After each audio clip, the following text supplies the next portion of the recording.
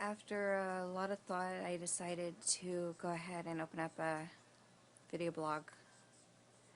And I got a lot to say, but instead of trying to fit it into one video, I'm going to cut it up in segments because, you know, there could be some information that someone's looking for and they only need a part of it. They don't need to watch my whole entire life, or at least with this particular experience and my views about it. This video is just kind of like an introduction of why I'm here in the first place. About 7 months ago, I had a panic attack, and it was quite frightening. I had a pulse rate of 180 and a very high blood pressure. I hadn't had a panic attack like that before, and it lasted 6 hours. And I was scared. Of course, anybody who has had a really bad panic attack will feel like they're gonna die, and it's horrible, horrible. And I'm not a person who has a lot of depression or anything like that, so I'm kind of thinking that it was linked to my lifestyle. I have a relatively busy life. That's an understatement, actually. I was quite a bit of a workaholic. I have 2 businesses, one of them in which has, about 25 employees. So I'm busy. I'm really busy, and, there's a lot of stress involved with that financially and successfully. There's so many, things that come along with that demanded attention. So I had an irregular sleep schedule. I had a lot of things I had to do on a daily basis, so it was really, really tough. So after that panic attack, I had sought out, care. I had went to an urgent care to just get on something to get me by the weekend so that I could make an appointment or get a referral to see a psychiatrist. At the time, I didn't know my insurance actually didn't require a referral. I just assumed. So a few weeks later, I went in to see a psychiatrist who had prescribed me 1 milligram of Klonopin in the AM and another in the PM.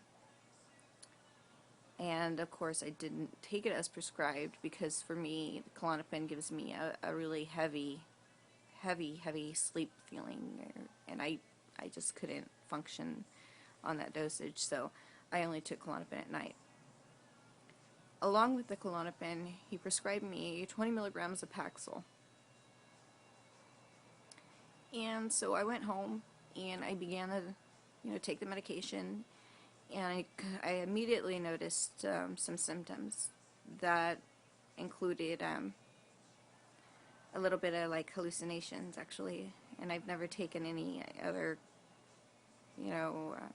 hallucinogenic drugs to compare it to, but the walls would kind of melt, the floor would be a little bit unstable, it would kind of move or swish back and forth, objects would come close and further away, sometimes I would see shadows that kind of was in my peripheral vision, and that of course wasn't enjoyable. In fact, I really did not like it at all.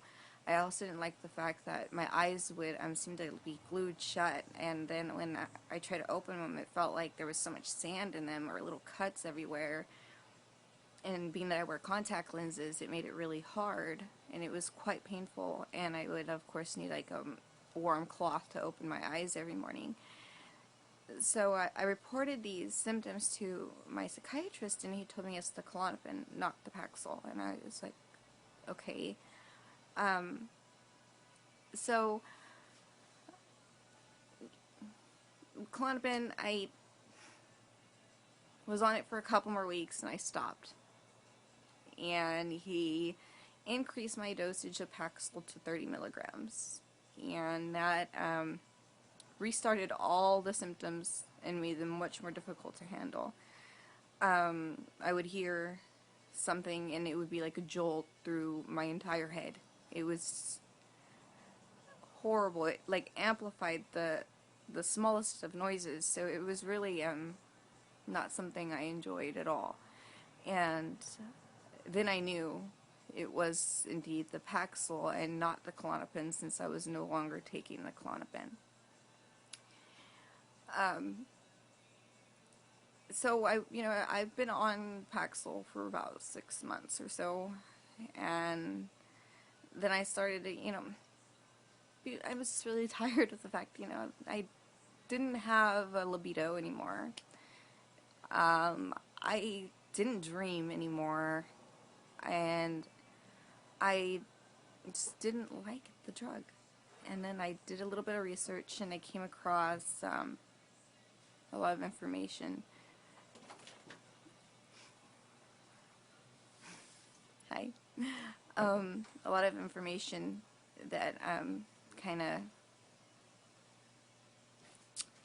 convinced me that I no longer wanted to take it. And that was 11 days ago.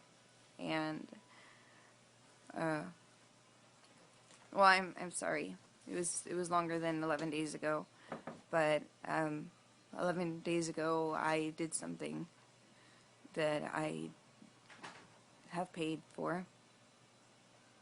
I was not informed about all of the dangers that are included with this drug, and just how difficult it is to deal with Paxil, especially weaning or coming off the drug at all. I guess I just put that much trust into my psychiatrist. He seems so much like a nice guy that I thought, he was trustworthy, and I didn't know that there could be such dire consequences with getting off the drug too quickly. So basically, it's been really, really rough, and my next videos are going to go over my decision in terms of what I did when I realized I didn't want to be on Paxil anymore, and what followed before I made a connection to just some really negative experiences that I've had since, and just about how hard it's been. So I hope this information's helpful to somebody out there.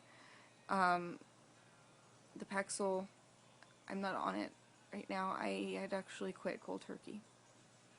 It wasn't truly cold turkey, but it was very fast. I went from like 40, 30, 30, 20, 10 within a 5-6 day span.